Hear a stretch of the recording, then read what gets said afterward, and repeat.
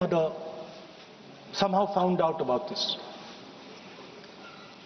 And I'm saying this because this was one of the most powerful lessons taught to me in my life by a woman, a grandmother. And my parents had gone out for dinner. And she came, she caught my hand, I still remember, and she took me out into the garden. Dark garden at night, no lights. No, government houses have big gardens, quite a big garden. And she took me there and she left me. She said, now you stay here, don't move. And she left. And I watched my grandmother. I remember she was wearing a yellowish sari. I watched her go away. और मेरी मतलब हवा निकल गई कि मतलब आज तो मैं गया. I didn't have the courage to tell my grandmother that, you know, I don't want to stay here, so I stayed. And she went away. She went away probably for 1 or 2 minutes. But for me it was like 2-3 hours. I was imagining the dog coming to bite me. I was imagining ghosts. I was imagining snakes. I was imagining everything. And then after some time, I remember my legs were even shaking a little bit, and then I saw my grandmother come.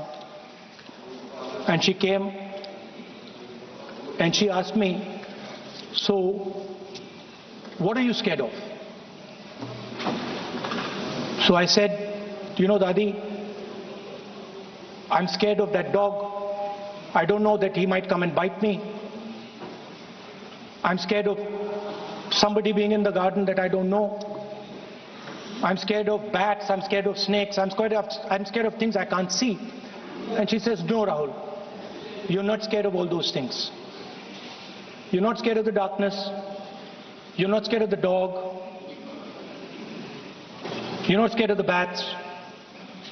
You're only scared of your mind.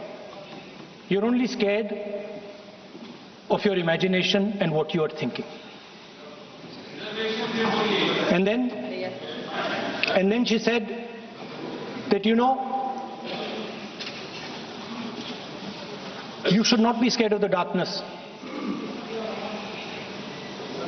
because the truth most often is in the darkness. And if you do not have the courage to face your fear, you do not have the courage to go into darkness, you will not be able to understand the truth. You will not be able to fight for the truth. This is one of the biggest lessons in my life.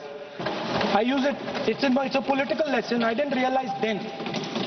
Now as I get older, I realize it was not only a political lesson, more fundamentally it was a religious lesson. I didn't understand then, and what she was saying to me was that Satyam Shivam Sundaram. That's what she was saying. She said that I want you to be able to go into the darkness.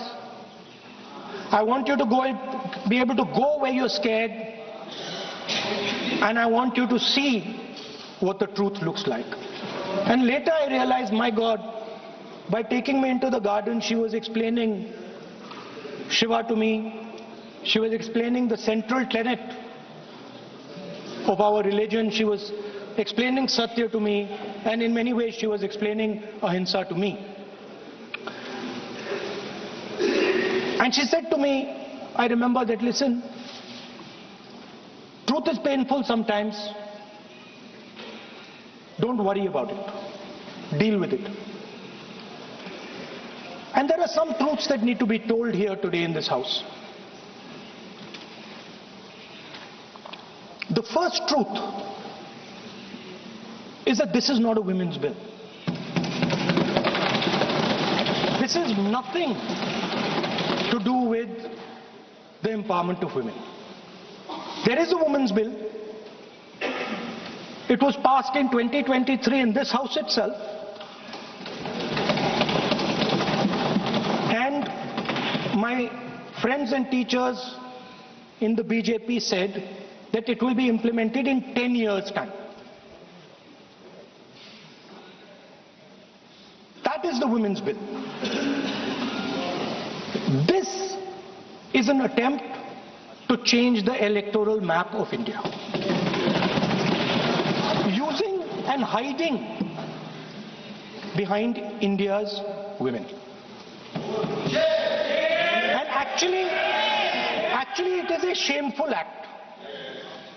Because instead of giving them women's reservation, which is very easy to do, and every single opposition person will support it right now, bring that old bill back right now, and we will help you pass it for implementation from this second. Now, that is the women's bill. This is something else. And the truth needs to be told about what this is. There is a central truth in India's history, in India's past and present. And I have become more and more aware of this truth. And that is the brutal, cruel, unforgiving treatment of the OBC community, of the Dalit community, and other communities, minorities and women. And this is a historical fact. This need not be argued here. Everybody knows how Indian society treated OBCs, treated Dalits, what was done to them, what was done to their women, what they were allowed to do, what they were not allowed to do, how they were blinded when they read certain documents, how metal was poured into their ears when they heard certain verses. This is a fact. Now, what is being attempted here is a bypass of the caste census. What they are trying to do is they are trying to avoid giving power, giving representation to my OBC brothers and sisters, and to take away power from them. This is the agenda over here. That's the first agenda. Manuvad over Samvidhan. Amit Shah ji says that the caste census has begun. And he repeated twice yesterday, trying to be clever, saying that houses don't have castes. The point is not whether houses have castes or don't have castes. The point is whether the caste census is going to be used for representation in Parliament, Vidhan Sabha, Lok Sabha. And what you're trying to do now is trying to make sure that caste census has nothing to do with representation for the next 10 years, 15 years, so that you can kick the ball down the street. That's the first thing that is being done. Second thing that is being done, equally bad thing, but a very dangerous thing. What you're doing, because you're scared of what is happening in the politics of this country, you're scared of the erosion of your strength, you are trying to rejig the Indian political map. You have done it in Assam, you've done it in Jammu and Kashmir, and now you're imagining that you can do it in India. And you need a constitutional amendment to do that. Now let me explain what you are doing. You are telling the South Indian states,